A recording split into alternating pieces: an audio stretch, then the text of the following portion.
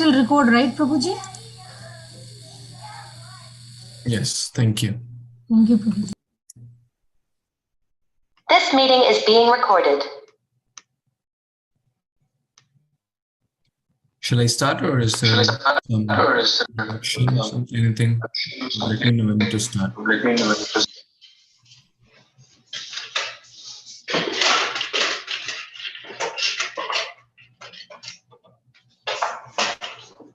Audible?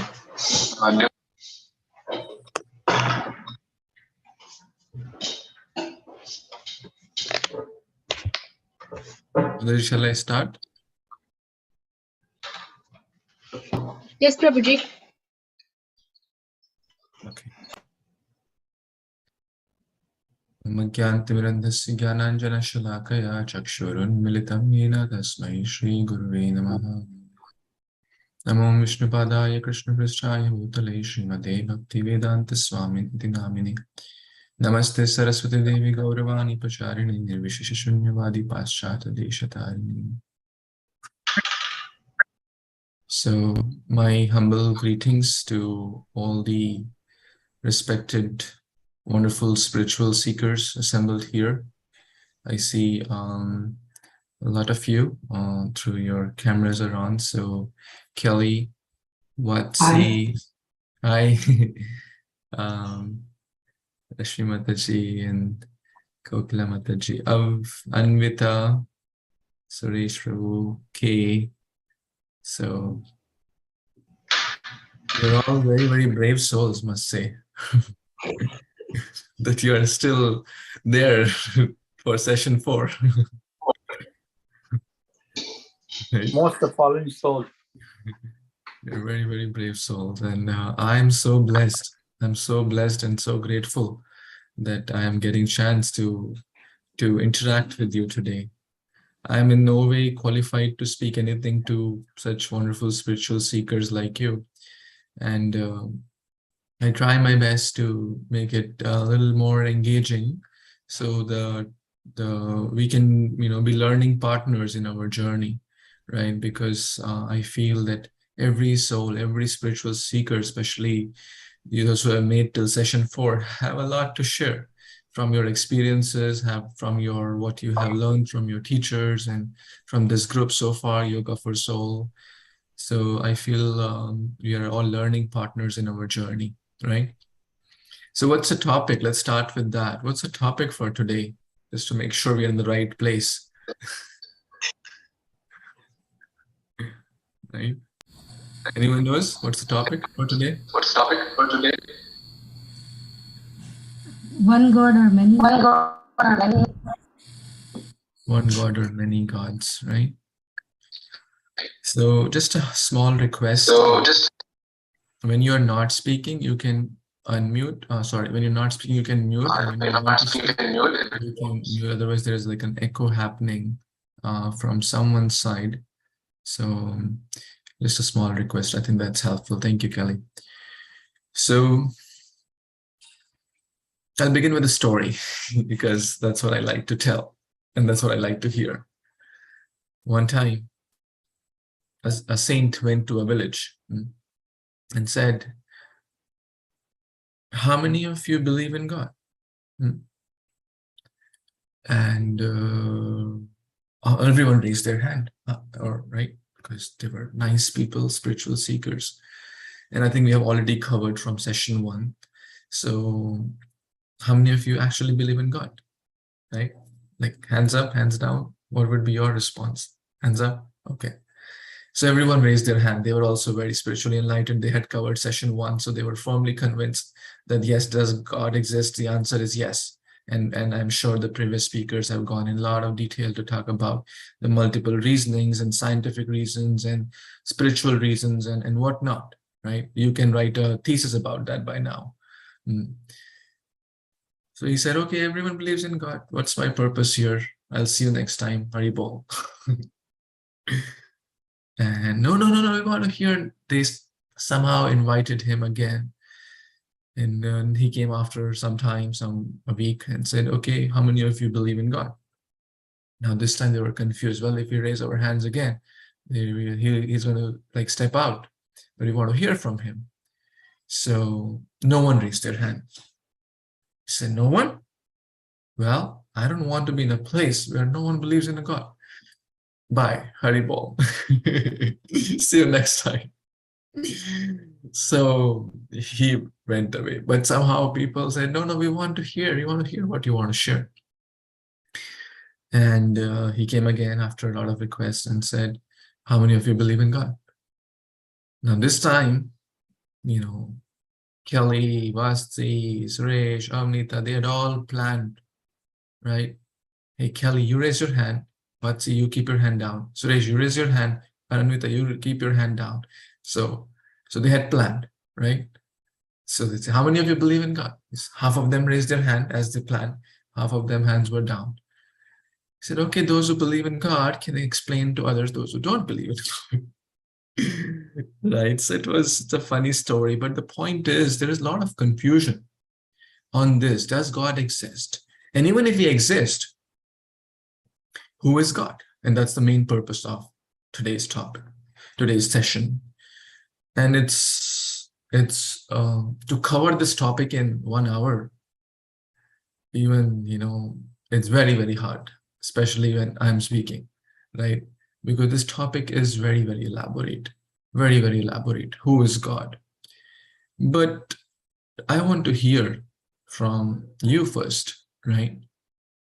Who is God? So we have discussed, does God exist? Answer is yes. We have covered a few more topics as well, right? I think the law of karma, right? We have covered that. Why do bad things? The science of soul, we have covered body, soul, a lot of things we have covered so far. But let's engage and let's share what you think. So let's take some responses from our highly esteemed audience here. Please. Now it's your turn to unmute, or you can raise your hand and unmute. And yeah, Kelly, go ahead, please. Yeah, please unmute. Press that unmute button and that Okay. microphone. What I believe may not be what anybody else believes, but for me, it works. I think that we are. Oh, you are unmuted again somehow. Please unmute again. Sorry. Mute. Okay. Am I unmuted? Yes, please go Can you ahead. hear me? Yes. I can hear you now. Yes, please go ahead. Okay. That we're all part of this energy. We're all connected, and there is something that comes through in me, and it works. And it guides me, whatever it's like this feeling through my heart. Absolutely. I It like the works way for me. I like the way you put it. There's some spiritual energy, some divine energy. It works through your heart and you feel that connection. That's amazing. Anyone else? And I trust. You trust. I comes through. Thank you. Thank you for sharing from your heart. What do you think? Or anyone else wants to share, especially the people who are joining the first time this session? Your voice is echoing. Can you hear me? I can hear now, yes. Okay. So I think there is some supreme power which is guiding us. I'm not sure. There's one supreme power, and we are all kind of under them, who is guiding us to be on the right path.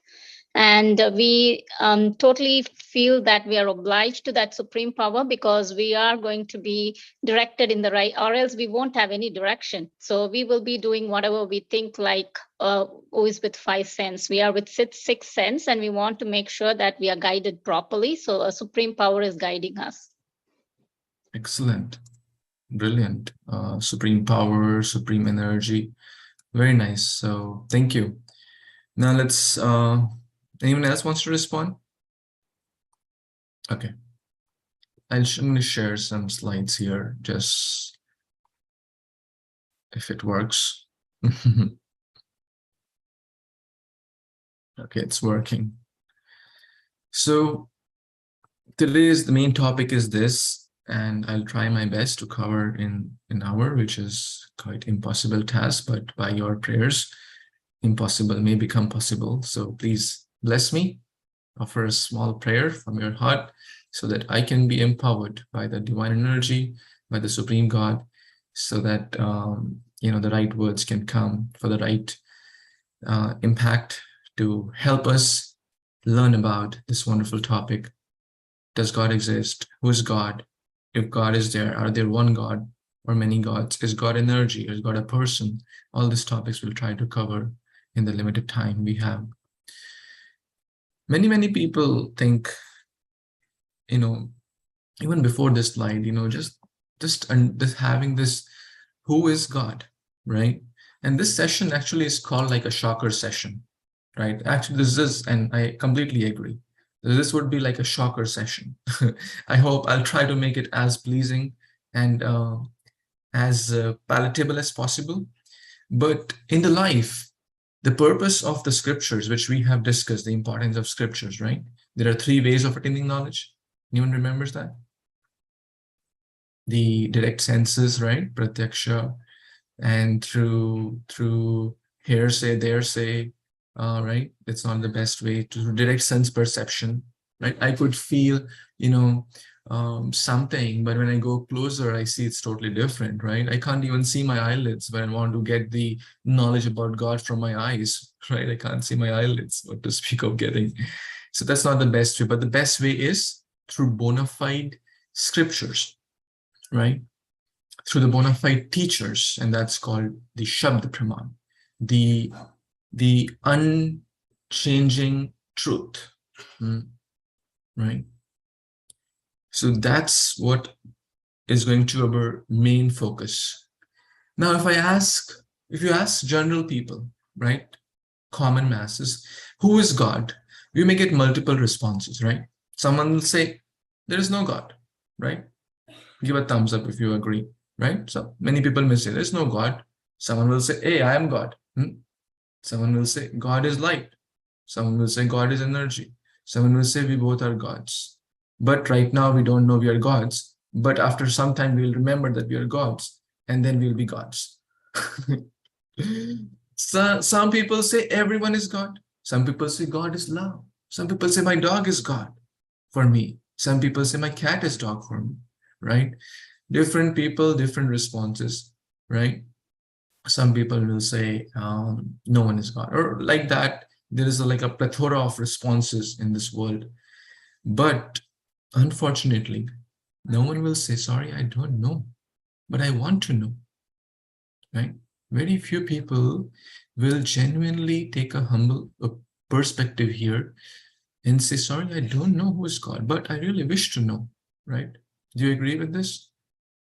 If I ask you a question about, let's say, medical science, hey, do you know how to do dialysis of blood for a patient who is suffering from, let's say, kidney infection? What will you say? I don't know, which is absolutely fine. It's not your thing. It's not my thing either. I'm not a medical profession who has done expertise in dialysis of blood for this kidney stuff. But I know I can say, hey, I don't know how to handle this thing, but I know maybe you should go to this doctor so-and-so who knows this thing very well, right? So just think about for a moment, for a tiny organ in our body, kidney, right? This God has built so much creation. He's a supreme creator. So many species are there, so much nature, so much beautiful creation. For humans are a tiny portion of that. And human body is so intricate with so many organs and systems and nerves and muscles and so on, whatnot, right? Is it a complex thing? Do you agree, right? For that tiny thing, we don't know, right? But we easily comment about who is God, who is the supreme creator of everything, right? Are you getting the point, right? So shouldn't we take a humble perspective there also and say, I don't know, but maybe I know people who can help me to understand. And that's what we follow. When I say we follow, we representing the International Society for Krishna Consciousness and our dear founder Acharya, His Divine Grace Srila Prabhupada, who shared this through this disciplic succession, Shabda Praman. This knowledge is given from the bona fide teacher to disciple relationship. It's not self-concocted knowledge, right? So whatever I'm going to share today, my dear friends, it's not what I feel. It's not what I dreamt of last night, right? It's a bona fide system of knowledge called Shabda Praman, which we are going to talk about. And why to have faith in scriptures? I think we have already covered that, right? But still, if you missed that class or if you totally don't recall, in few lines, we put faith in everything in life. You go to a restaurant, you put faith there, right? Do we see what the cook has made in the, behind the scene? You go to a flight, we're putting faith. Do we check the license of the pilot? Do we check the amount of fuel? You go to amusement park, so many accidents happen. We put faith that my roller coaster will work right. There have been accidents there. Every time we drive on the road, we're putting faith. Is it not? There are accidents on the road, right? So everything in life, we are putting faith, which is very risky too, if you think about that way. But scriptures don't recommend to put blind faith. It is reasonable faith. Reasonable faith through even experiential knowledge also. Like you go to a doctor, your friend says, hey, this doctor is really good. You're putting faith by going first time.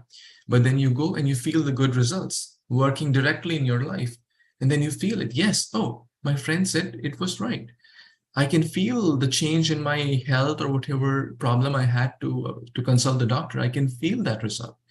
Therefore, our faith strengthens. Same with the scriptures, right?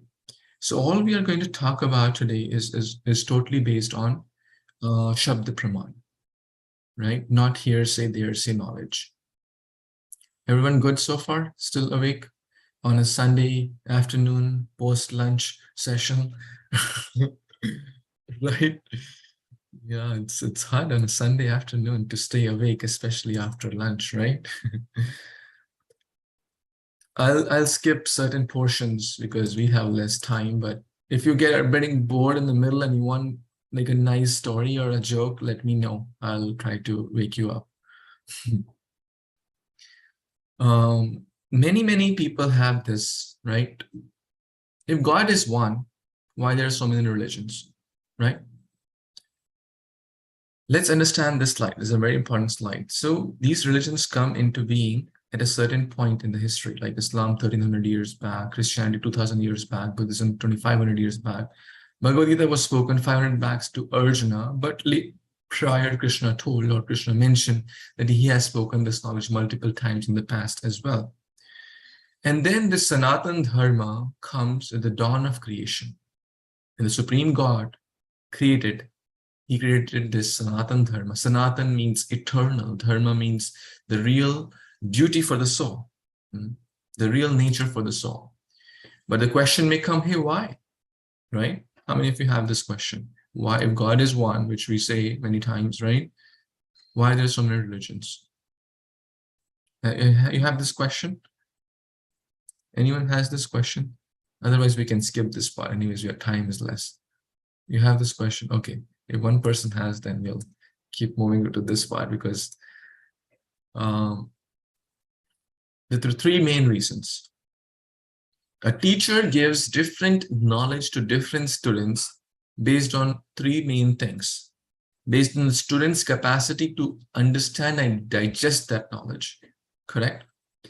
Based on the student should not reject that knowledge. That the goal of the teacher is to help student make spiritual progress or material progress. But let's say the student is, it's a math class. Let's take this example. The knowledge is given based on time, place, and circumstances, correct? The teacher may be a PhD in mathematics, But if he or she is teaching an elementary school student, they will start with 2 plus 2, right? Then maybe 2 square, a little more advanced, 2 times 2, then maybe a little more advanced, square root of 2. But if you ask a 4th or 5th grader, 5th 5-year-old child, hey, what is 2 minus 5? They say, what nonsense? How can you subtract 2 from 5?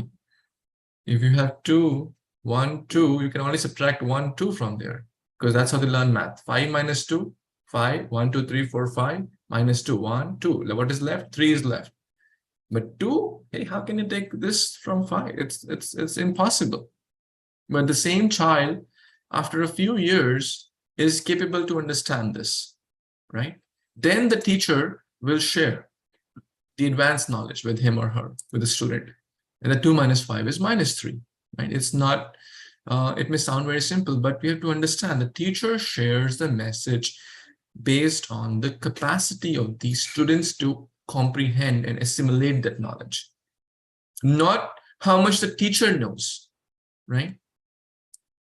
Not how much the teacher knows, but how much the student can accept and make one step further in his or her learning, right?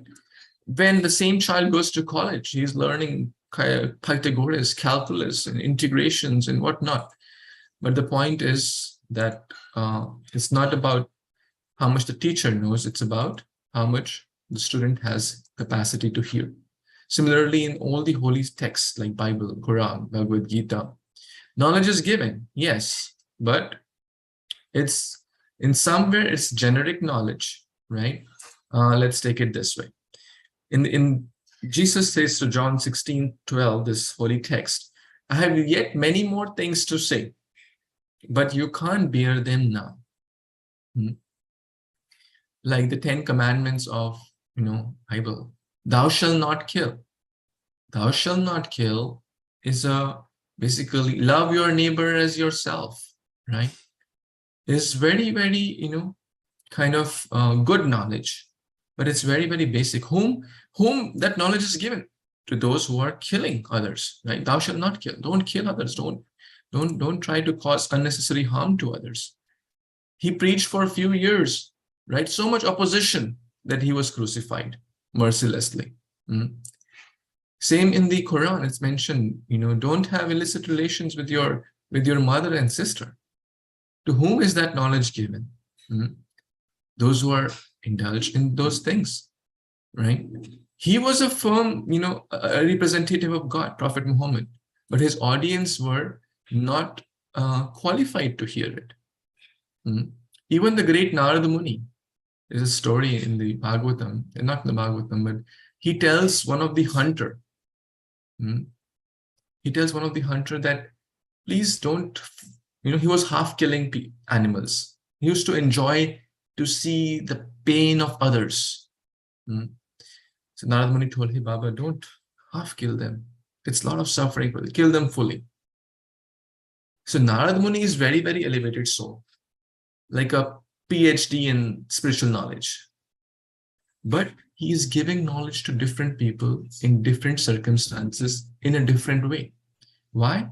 Because of the audience. So even Muhammad had to flee out of Mecca for threat due to his life. Maybe someone can read this text.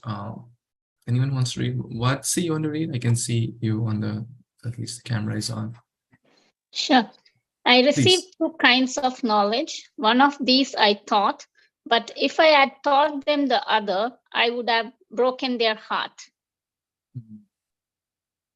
Right. So the point here is that even Jesus, even Muhammad had much more to say, but their audience was not ready. Is it clear so far? Right. They were not ready to this. But let's see what Bhagavad Gita, which is the manual of life, speaks about this topic. I shall now declare, Lord Krishna says to Arjuna, I shall now declare unto you in full this knowledge, both phenomenal and numinous. This being known, nothing further will remain unknown to you. That means it's complete. He's not hiding anything. not because he wanted to hide or not, but his audience was ready. Same, one of the very, very important Shabda Praman, or bona fide authority of Vedic knowledge, the essence of Vedanta, the essence of all the Veda means to know. The all what is supposed to be known, the ripened fruit of all that is Srimad Bhagavatam. And what is that? Spotless Purana with uncompromising instructions. That means complete. And sometimes uncompromising instructions are hard, but to whom is it spoken? To whom is ready to receive that, right? And that's what his audience was. Shukdev Goswami's audience were already very, very advanced souls. The great king Parikshit, he was a very advanced soul, and others assembled in that assembly were also equally great, very, very powerful souls, like all of you. So therefore, if this message, we are trying to share uncompromisingly, it may, hopefully it won't, but it may hurt someone, right? Therefore, this is called a shocker session. But we will try to make it that what we are sharing is not for any selfish reasons, because there are a lot of fanatism on the name of religion, right? On the name of spiritual life, right? It's not that what we say, hey, what I'm saying is the best because I'm the best, right? A lot of people think like that. What we are saying, here is the best knowledge, right? You try it out. You try it out. You feel it for yourself, right? If you like it, if it makes sense to you, accept it with an open mind, right? A lot of things we try in life with an open mind, right? So let's keep our mind and heart open for the knowledge. And if it works, what could be better than that? If it does not, there is nothing to lose, right? Correct? We are not asking you have to pay $1 million to attend this class, right? We're not asking you have to give up your home and family and job and whatnot, right? Right? There's nothing to lose here, right? And guess what? It has worked for millions of souls, right? Those who sincerely with open mind tried it. So let me also be that recipient today to receive this knowledge. And we're not asking, hey, don't ask any questions. We encourage questions. Blind faith is one side of the coin. Absurd inquiry is also the other side. So genuine questions with an open heart, with a humble attitude is highly recommended, right? So please feel free to pause me at any point where you would like to ask a question or share something, a reflection, and we want to keep the flow. All good so far? Well, the main point so far, knowledge is given based on the capacity of the audience, right? That's the key takeaway. And the teachers may be great, Muhammad, Prophet, Jesus Christ, and many others. But their audience were different, so accordingly they had to share. Let's keep going. So they have the same message, but according to the audience. We covered that. I'll quickly go this, a pocket dictionary and a Chambers dictionary. Pocket dictionary has small words. Chambers dictionary is much more comprehensive, right? They're both dictionaries. They're both sharing about words and meanings, but there are a lot of advanced words which we will not find in the pocket dictionary. There is a lot of advanced knowledge which we will not find in many places, which are, I'll skip this part because these are like different ways we practice, out of fear, out of some desires to get something, then out of duty, right? But the topmost is out of love, right? Like a mother's example. A mother takes care of the child not because she is paid, right? Not because she is fearful. Oh, if I don't care of the child, then the child will scold me, right? Not because duty maybe sometimes, but more out of love, selfless love, unalloyed love, right? And that's what a genuine spiritual seeker tries to approach also. It's not bad to approach God even with a fearful mind. Oh, if I do wrong, then God will punish me. That's fine. But God is not a punishment agency who wants to just keep punishing us. Hey, you are, doing this and I'll punish you. I will get you to hell. He's not, he is our well-wisher. Even our duties, many people may say, oh, I need to approach God it's my duty.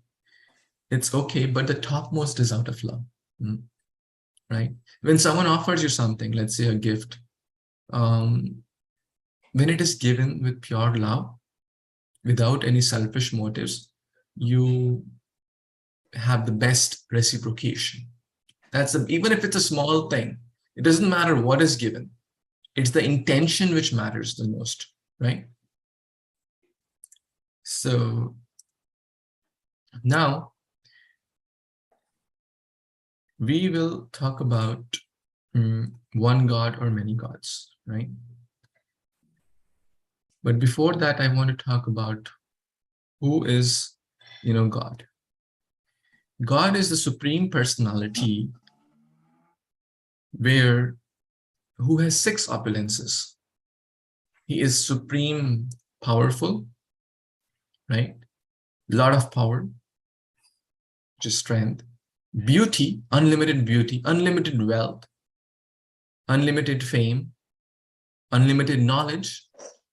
And in spite of having all this, guess what? He's completely renounced as well. He's not attached to anything. What to speak of unlimited? Even a person may have limited opulence. Any one of these, let's say, someone may get let's say a millionaire, or someone may be very beautiful, even for like a short time, few years, like Miss World or Mr. World. They may feel, oh, I'm the most beautiful person in the world. But guess what? Let's wait for a few years, the wrinkles will start showing up, right? Same with wealth. Nothing is permanent in this world, right? Everything, fades away with time. But the supreme God, and as I said, let's break the kind of the secret here. Axiomatically, you accept here because the holy texts are telling. What does the holy text tell? That the supreme God is none other than Krishnastu Bhagavan Swayam. Correct? I'm going to share my screen again. It's kind of going back. So the Bhagavad Gita and the Srimad Bhagavatam are the scriptures based on pure love. That means they're sharing the unalloyed knowledge, which is the most secret of all, right? It's the purest. And there's one God we may call by different names, like we call sun different names. I'm sure, in every language, there are so many hundreds of languages, but we're referring to the same sun, not Indian sun, not American sun, not Mexican sun. Same with so these are the 6 opulences, right? The different names of God, like Paramatma, Super Soul, Allah, all-powerful, Jehovah, all-merciful, Krishna, all-attractive, Rama, with a reservoir of all opulences, pleasures. Krishna is all-attractive, and so many names, unlimited names with unlimited meanings. But are we referring to the different person? No, we're referring to the same person. So the next question comes, is God person or impersonal? And then I will share more about Krishna. Let's take a quiz now. I've been talking for a long time. Let's take a quiz. You're sitting in the room, a stone comes flying in your window pane breaks. What will be your first reaction? Let's take some thoughts here. Suddenly your window cracks. What will be your first reaction? Anyone? First, yeah, Kelly, go ahead. Yeah, you have to unmute, please. Hey, I think the bird at the window. Did you hear? Maybe one more time. That the noise was a bird hitting the window. Oh, so who was it basically? Trying to understand how come this happened? Like, right? Is the bird strike the window, or maybe someone was playing some sport, the kids were playing some with the ball and the ball hit the window, or someone intentionally is trying to get in the home and they tried to crack the window, and right, let's say in this case the stone hit the window, but now the question may come, where did the stone get the energy from? The stone didn't came like flying on its own, right? Someone intentionally picked up that stone and dang it on the window, right? So what does the stone represents energy here? The stone has some kinetic energy. There's some momentum there, but someone picked up the stone, right? And that's called energetic, right? Energy comes from energetic. How many of you agree with that? Energy comes from energetic, is it not?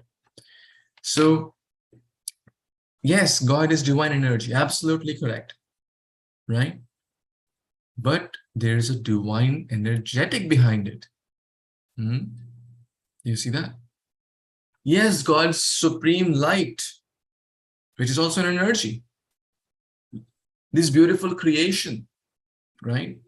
So many beautiful mountains and ocean, it didn't come by itself. This piece of mouse, did it come by chance? We have all covered that, right? It didn't come by chance. A supreme, brilliant brain, energetic created that. So God is that energetic. And the different forms of energy are also his. Like, for example, you say your home, your car, but you are the main person who built that up, at least, right? But we don't say, oh, it's okay to, sometimes, hey, where does, let's say I ask, where does Vatsi live? And someone points out, oh, to that home. That's Vatsi's home, right? That's correct. But there is a difference there, right? Energy and energetic can sometimes be interchangeably used, but often there's a person, not often, there's always a person behind that home, right? So the energetic is that supreme God, and there's a person, like even in the so many different texts, let's take some examples here. The form is the sun, and sunshine is the formless.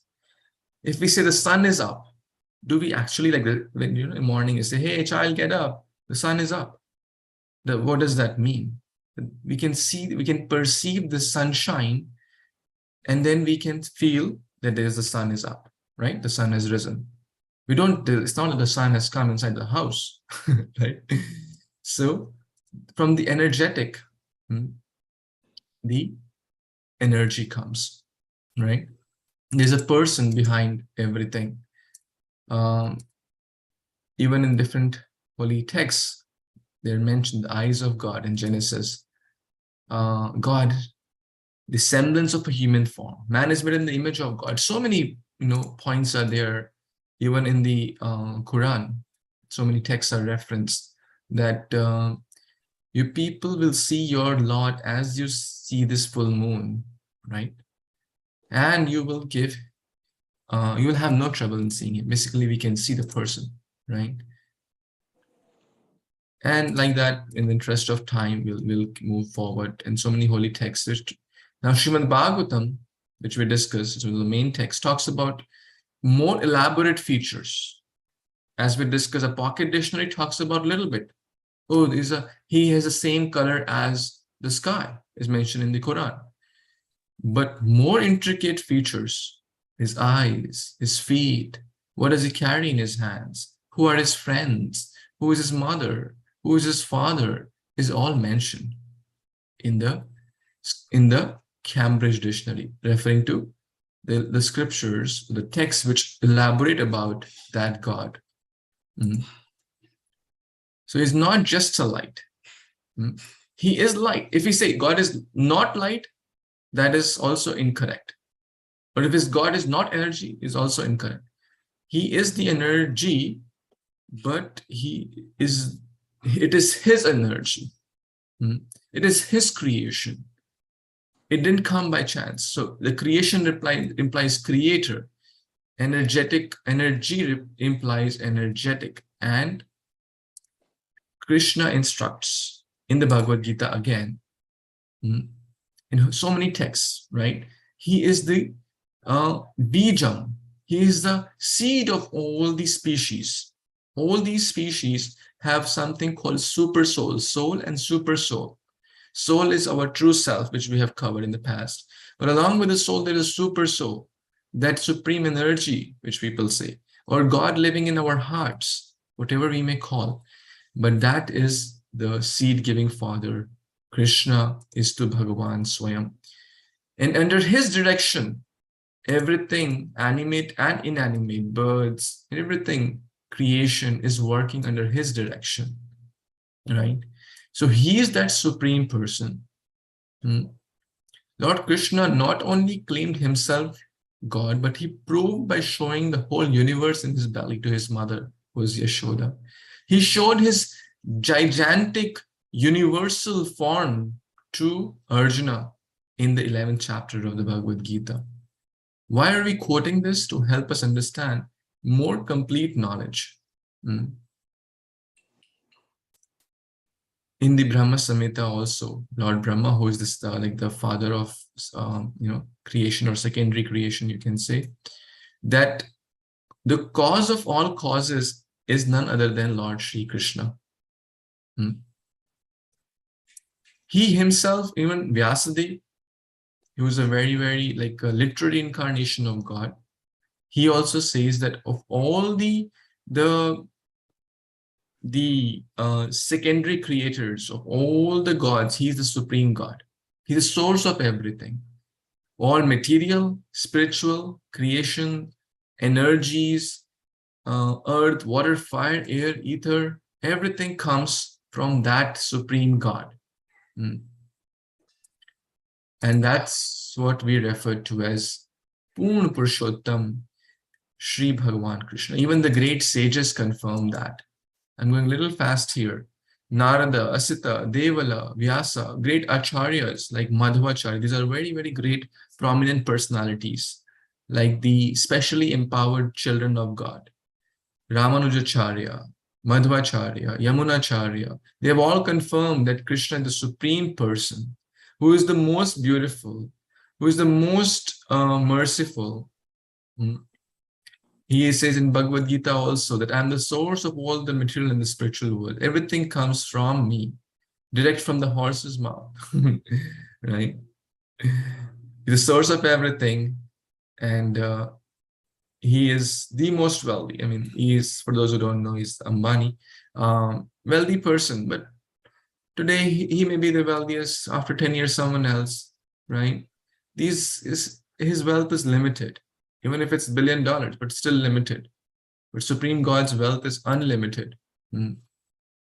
Then same with, he is his like thousands and thousands. In India, some people worship the goddess of wealth called Lakshmi. To get Lakshmi, wealth, everyone likes dollars, rupees, whatever. But the supreme thousands and thousands of Lakshmis are serving Krishna or Vishnu. In this world, people lift maybe 500 pounds, 1,000 pounds. I don't know what's the world record, but they lift for 1 second, and that's their strength. Very limited, but they are the world heavyweight champion. For 1 second, they're lifting some little bits of weight. But look at Krishna. He lifted a mountain which takes 7 hours to circumambulate. Now, at that time, it was 20 miles in height, 20 miles in width, approximately. but he lifted for 7 days and 7 nights. We can't even just raise our hand for 7 minutes straight. It'll start paining. You just keep your hand up for 7 minutes. Try that. But if you start paining, you can keep it down. I don't want your hand to hurt. But for 7 minutes, we can't. So therefore, it shows that it's not that he has to go to gym to develop strength. Hey, I just came, I've pumped up my muscle. Now I can lift up some weights. He's God in the lap of his mother.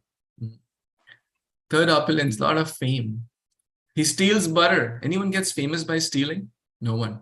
But Krishna gets famous. He is called butter thief. Most beautiful, even the most beautiful, prettiest ladies, right? Or gents in this world, their beauty is temporary, right? But Krishna is ever fresh. All the beauty, the source of all beauty, the source of all opulence, he's the most beautiful and always stays eternally beautiful, right? Knowledge. He gave all the scriptures, Bhagavad Gita, Bhagavatam. He's the source of all knowledge. In the battlefield, guess what? Emergency time. Battle was going on. He gave the knowledge to Arjuna. And in spite of that, he became the driver. As I was sharing, if someone has any opulence, whether it's wealth or beauty or some fame, they become proud. Oh, I am the president of the country, or I'm the governor of the state, or I'm this, I'm that, I'm wealthy, I have a big house, I have this, I have a good job, whatever. Pride may come with opulences. But the Supreme God, Krishna, he took the role of a driver a chariot driver for his devotee, for his Arjuna, his dear friend. No one wants to become driver. So Krishna is the Supreme God, the Supreme Personality of Godhead, from whom all the other energies also come. And he's supremely renounced. He's not attached to any of those. So let's take a recap. So far, what we have covered. We talk about personal versus impersonal aspect of God, right? And we discussed that it's not my feeling. It's through multiple texts, the example of dictionary, pocket dictionary versus an Oxford dictionary, a full multi-volume dictionary, has more details, right? They mention about more details about God. And those details we are sharing through the medium of two main scriptures, Bhagavad Gita and Bhagavatam, which is the essence of all scriptures. So it's not hearsay, thearsay. I know it could be a shocker, right? For some. There's a lot of other concepts also. What about other gods, right? So, but I know we have limited time, but so I want to like pause. I don't want to just like overload you with information here, right?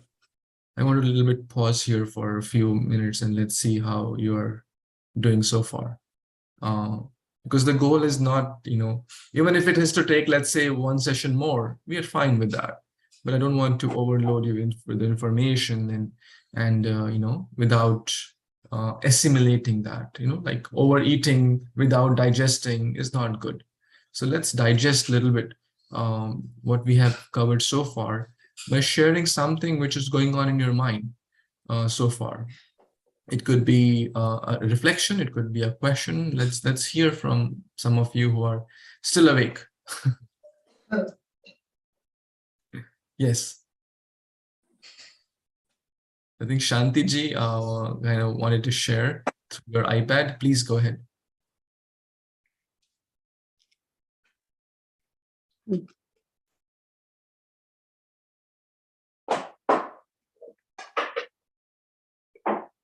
Okay. You can raise your hand. That works very nicely. You can raise your hand like electronically or physically, whatever. Then we will know if you want to speak something. Anyone wants to share something or like anything so far? Kelly, what's any thoughts, any reflections? Reflection is something you are like reiterating in your words, It, when you are explaining it's making sense to me. Like the form is the sun, the formless is the shine. Even the bird who's alive is the window, and it's not inanimate like a stone, but it's still the energy, and the source is still God in my mind. And I look forward to studying the Gita, but I am challenged by Sanskrit. So I may have to ask questions. What does something mean more often? We have a lot in common. Me too. I'm also challenged in Sanskrit. So don't worry, we're in the same boat. Right? Okay. Well, I am a destroyer of all languages, including English. So Well, English It's is the not way- my first language either. So we have a lot in common. We'll be good friends. So don't worry. yes, yes, Don't worry. definitely. We're in the same boat. And that's the beauty of His Divine Grace, Srila Prabhupada. He has given this knowledge in a language which we can easily understand. This Bhagavad Gita is available in practically all the languages of the world, in English also.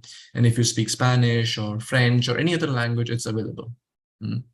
So, and our friends here, the coordinators will really help you to understand, and to in a way simple and easy to understand. Anyone can understand. So don't feel pressure of Sanskrit. That's out of syllabus. Thank you. Thank you. Thank you. But I really like that the point that you shared, that it's making sense. It's making sense. So it does make sense when you are here with an open mind. Thank you. Do I have a question? Yes. Please. If you could get a little closer to your microphone, that would be helpful. Oh, sorry, I think I have my speaker on, my headphones on, so it could possibly be because of that. Are you able to hear me now? Yes. My question is, I have a 7-year-old. When I talk to him about the creation of the world, it's God's will and it's your karma. And when I tell him that you will be what you're destined to be, or it is God's will, and this is how, or if I see something so beautiful in the nature, like a beautiful butterfly or something, and I would say, oh, look at God's creation, isn't that beautiful? And then he would say, what about evolution? Did God just create a butterfly one day? Wasn't it? He talks about the theory of evolution where the Big Bang, and then there was a small atom molecule, and then how it evolved, and then from then there were the dinosaurs, and then then there was the ice age. That's what he, I guess, learns in school or reads in books. How do I impart that to my child? Very good question. Kokila Mataji, was that covered in session 1 or 2? Does God exist? The Big Bang and the... No problem. Okay, we'll cover it here. I'll give a very short answer. There's a long answer also, but I think I already overloaded with information, to keep it simple. News. There was a big bang. There was a big bomb. Someone, there was in XYZ city, not naming any city, there was a big explosion. Some terrorist attacked. And now you all tell me, what will be your immediate responses next day? Let's you get to news. Oh, a big bang was there in XYZ city. Next day, what will you look for? What will be your thoughts? What will be on your mind? Fear. Huh? Fear. Fear. how many people were killed, right? How many people are seriously injured? Who did it? Huh? Who did it? Who did Who it? were Yes. involved? Who did? Very nice, right? Who did it? We'll come to that. And bang implies destruction. That's the essence. Bang does not imply creation. Is it not? Right? So first step is that you have to understand bang. A big explosion happened. There was a, like, okay, you put all the, like, that's how we build houses. You get plastic, you get all the cement, water, aluminum, and put a big dynamite, boom, the house is built. Big bang, house is ready. Is it not? Explain to him in this way, which makes sense, right? Bang implies destruction. Very simple. Even if we assume that's how we have been taught by schools, that's not the Shabda Praman. We have to refer to the spiritual schools to understand the real, as what she said, who did the bang? That is, oh no, somehow it started. Who did the bang? The bang needs energy. Who is energetic behind it? Right? So that's about the fallacy of Big Bang. Talking about the Darwin's theory of evolution, which is a big topic in itself, and we can go up to an hour. It has mainly few postulates, and even after there was the missing link, and there's a big, maybe we need a separate topic if we want to go in detail. But the point is here that researchers had proven the Darwin's theory is false, but in general, people want to have a godless society. In general, people want a godless society. Sorry to say that. I'm not talking about spiritual seekers like you. I'm talking about general population. See this session. How many people are there? Practically 4 or 5 new ones. I'm not talking about the regular, those coordinators and organizers. I guess it started with 20, right? 25. This knowledge is so important and easily available, but very few people want to take it, right? That's why it's a secret. It's an open secret. It's so open that no one wants to look at it. But if there's a big concert, the Hollywood star is coming. I don't know much names here, or Bollywood star is coming. People will pay $200 ticket to get to that show, and there'll be 10,000 people there. Do you agree with that? Right. So the point is that the theory of evolution has multiple scientific flaws, and if, let's say, I mean, I'm already, it's 3 o'clock, but maybe in another session we can cover the details. But the point is, at that time, the DNA and all those researches were not done, and later Darwin himself said that if DNA, the amount of information in DNA is equivalent to all the libraries of the world put together. That cannot come by chance. It cannot come by evolution, right? It is by perfect design, not by chance, right? It is by a perfect, intelligent brain, not by a big bang. It was a big brain. So, and that brain is Lord Krishna. He is the all knowledgeable, right? So for now, I think we can, keep the answers short, because it, as I said, if we want to understand more in details about the Darwin's philosophy and how it's not applicable, it will take a good presentation. If you want to go in like 30 minutes, like what are the shortcomings, how is it not applicable, the challenges with evolution, all that topic. Okay, but I hope that helps to some extent. Yes. You can also Google, if you want, the missing link fraud, right? People created the missing link to get to, like they say, Darwin says, apes to humans, monkeys to humans, right? That's what the main thing. but monkeys still exist, humans still exist, right? So there must be a time then the monkey was like 100% monkey, 100% human, right? There must be transitions. Evolution means transitions, right? It's not that, okay, one day monkey got up and he turned a human. Or one day monkey baby was a human baby. Doesn't work like that, right? His theory was that, okay, there must be transition. Monkey is gradually, and that's what the picture says, not the actual picture, the picture. So to prove Dhyarand's theory and to get, some artificially, they created the missing link. And then later that was turned to be a fraud in the scientific world.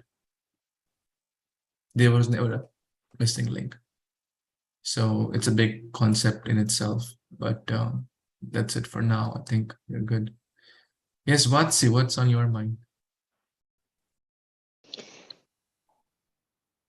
Regarding Prabhuji? Regarding today's discussion, any thoughts, anything you want to share? Yeah, I kind of understand there is one supreme God and all the other gods serves the supreme God. That's what I kind of understand. But I think in the upcoming classes, I can understand more fully what I wanted to know. But today I'm convinced with your session, Prabhuji. Thank you. Yes, Shanti. Yes, please, Shantiji, you can want to share. No, it is really very nicely presented, and it cleared out some of the thoughts which we had in our brain. We all believe there is some supreme power, the thing which we don't even imagine, and it happens. When we need the help comes out. We want to do something and it comes out. All of the sudden, it always gives the question that how I thought and it happened. How come this thing happened the way I wanted, or I did so much hard work and I didn't get it? There has to be something behind it. And because all the players, they are doing the hard work and one is winning. So in the end, no matter which religion we go, we all believe that there is a supreme power and which is actually controlling. Otherwise, moon, sun, earth, everybody just going in their own harmony and all way. So I really believe, but this subject is so difficult and hard that sometimes human brain needs the proof, and there is no proof. But this is truth, that if we go for Gita, whether we have something in the future, whether we will go to heaven or not, but in this life, I have lots and lots of benefits. I can change myself with this Gita. So, and I utterly believe in Lord Krishna. I just think there is some supreme power which is making me so much comfortable living and everything. So, but you presented so nicely. I attended halfway, but I'm glad that I got opportunity to attend this. Thank you so much for your thoughtful comments. Thank you. Thank you. I'll just take maybe 2 more minutes and cover this, that because in India, especially for the people from Indian origin, they may have this concept and, that Indradev, Suryadev, Chandradev, Shanidev, this Dev, which is the god of rain, the god of moon, the god of sun, etc., etc. I want to cover that topic just in terms. Every company has a structure, is it not? There is a finance manager who's primarily focused for financial stuff. There's an HR manager, right? There is a training coordinator, training manager, right? There is operations manager, right? There is what else? Directors and IT manager, and so many different functions are there.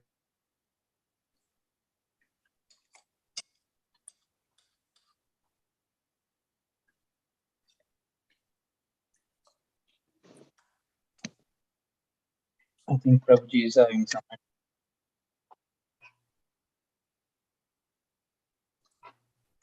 Sorry, maybe my connection suddenly stopped. Yes, Prabhuji. Go ahead, please. Okay. Yeah, I was saying there are different functions: finance, HR, IT, etc., etc. But they're all working under the direction of the company's owner or the supreme boss, right? Everyone good so far? Sometimes that boss may not even come to the company. He may be just playing golf in some resort, right? But he has his different energies working. In this case, all these managers are working for the owner, the supreme boss of the company. Sometimes a new frontline worker may not even know who is the owner because there are multiple layers, right? You're getting this point. I think a lot of head nods, so you're getting the point. Then the owner may come once in a blue moon, meet just the top leadership team, and just in the frontline workers may not even get to know who is the owner. He is, for them, who is the boss? Their His own- supervisors. Yeah. Right? Like the operations manager. Oh, operation manager has like a team of, let's say, 100 people, and they are like, oh, he's our boss. Whatever he says, we have to do it, right? They may not know that operation manager reports to someone and someone and someone, and they all work for the owner. Yeah, the There's a direction hierarchy, there's comes a from the structure. Supreme God. Exactly. See, so simple. It makes so much sense, right? You should be speaking about this, Watsi, I think, really. And Oh Kelly, my God. we can like team up, right? I'm just, Yeah, it's so simple. I just started Prabhuji. I'm kind of into it, and I'm just learning a lot from you guys. No, you're so good at it. I really mean it. So similarly, there's a administrative, universal administration. There's a waterfall god, Indradev, right? But who's the owner? They're working for Krishna. There's an electricity god, sun god, the main source of electricity, right? Then there is a power minister, fire god, and there is a Varun Dev, ocean god, water department, wind minister, Vayu is wind. So finance, who manages finance, right? It's goddess, Lakshmi Devi, right? And Saraswati Devi, Durga Devi. So see, three critical, people say, hey, you are, sometimes people say, like, so much respect to the ladies. Three critical departments: finance, education, Home. and home ministry. Three main departments are given to the mothers. Defense Minister Kartikeya, education Saraswati Devi. So you see the structure here. They're all very, very respectable. We must respect even an ant, what to speak of these powerful personalities. But they're all working under the direction of the Supreme Lord, their Supreme Master. And it's not that I'm saying it. They happily say it. They don't have any problem if I say, they'll be happy, right? It's not like, because they're genuine people. They're genuinely following him. And they don't feel like Hanuman is a genuine servant of Lord Ram. And he is very happy if I say Hanuman is a servant. He is not feeling, hey, how did you call me servant? No. How did you call me? No. He's happy. So that's the point here. There are like that 33 crore, or what's that equivalent to? 330 million. 330 million departments, because it's so huge. The creation is so huge, so much function. The bigger the company, the bigger the structure. Is it not? Right? A tiny mom and pop shop may have only 5 employees, right? But a bigger organization has maybe 50,000 employees, right? So just think about this universal creation is so big, and it needs 33 crores to manage the show. But they're all working under the supreme direction. So that's the last point I wanted to cover. There may be a lot of questions, but I want to kind of pass on to our dear organizers. And thank you again for patiently giving me this chance and giving your humble ears. And I'm very, very grateful to the coordinators for having this wonderful arrangement, and all the spiritual seekers for your patient hearing after us on a Sunday afternoon. You are all very, very glorious. Thank you so much. Hare Krishna. Thank you so much, Prabhuji. It is amazing class. I didn't miss even a single moment. It was amazing. You broke the ice so well. That's what I can say, because it's a very heavy subject, and it was so beautifully done, Prabhuji. Thank you so much for your association today with us. I hope everybody in this call really valued it and take those values with them. Appreciate your time, Prabhuji, in this Sunday evening to spend with us. Thank you so much. Happy to be with the association. Thank you, everyone. Thank you, Prabhuji, for the wonderful session. It was very delightful, and you took time on Sunday to just give this precious knowledge to all of us. So again, thank you very much. Thank you. Thank you, Prabhuji, for the wonderful class. As always, you are so nice and share all the information. It's a great. Thank you. Beauty lies in the eyes of beholder. Thank you, Prabhuji. Thank you. Have a wonderful day, and we'll stay connected. Yeah. Thank you, Prabhuji.